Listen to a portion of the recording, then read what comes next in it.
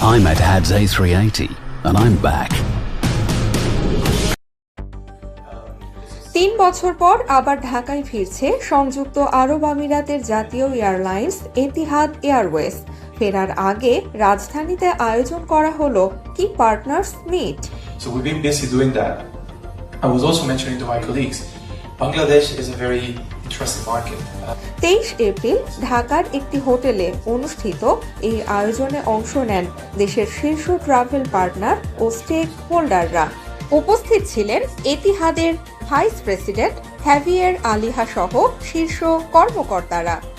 এতিহাদের vice president Javier আলিহা তার বক্তব্যে বলেন, আগামী ২৬ জুন থেকে ঢাকা আবুধাবি রুটে ফ্লাইট চালু করছে এতিহাদ।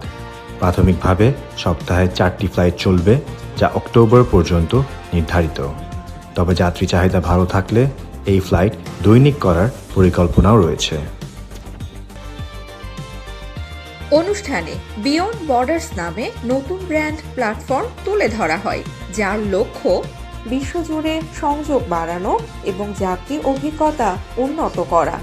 এই কৌশলের অংশ হিসেবে নতুন ও অবহেলিত গন্তব্যগুলোতেও ফ্লাইট বাড়াচ্ছে এতিহাদ, জানান হ্যাভিয়ের আলিহা।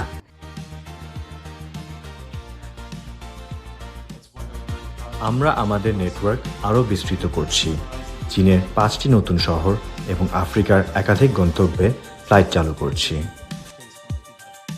একই সাথে আধুনিক জ্বালানি সাশ্রয়ী বিমান যুক্ত করা হচ্ছে বহরে, আর পুরনো বিমানে আনা হচ্ছে নতুন জেনারেশন কেবিন, বলেন বিমান সংস্থাটির ভাইস প্রেসিডেন্ট। এতিহাদের অন্যতম আকর্ষণ যুক্তরাষ্ট্রগামী যাত্রীদের জন্য আবুধাবিতেই ইমিগ্রেশন সম্পন্ন করার সুবিধা, যার ফলে যুক্তরাষ্ট্রে পৌঁছে দ্রুত বের হওয়া যায়। বাংলাদেশ বাজারে দীর্ঘমেয়াদের শক্ত অবস্থান গড়ে তুলতে চায় এতিহাদ।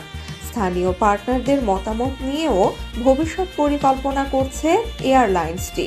সব মিলিয়ে ৩ বছর পর ঢাকায় এতিহাদের প্রত্যাবর্তন বাংলাদেশের এভিয়েশন খাতে নতুন সম্ভাবনার ইঙ্গিত দিচ্ছে।